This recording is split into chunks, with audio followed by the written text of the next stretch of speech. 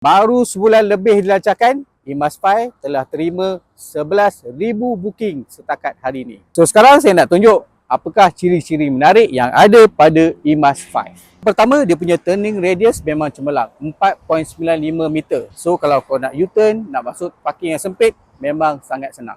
Nak bawa laju sikit pun tak risau sebab dia punya braking distance daripada 100 km sejam hingga 0 km sejam hanya mengambil jarak 36.9 meter.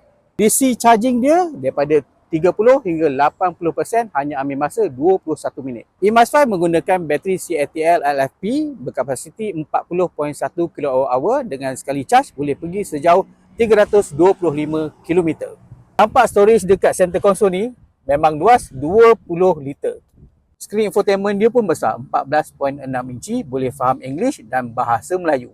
Skrin infotainment ni dia guna automotive grade chip, sebab itulah dia punya respons laju dan tak lag. Walaupun eMAS 5 ni nampak kecil, tapi sebenarnya dia ada 32 ruang untuk kau letak barang.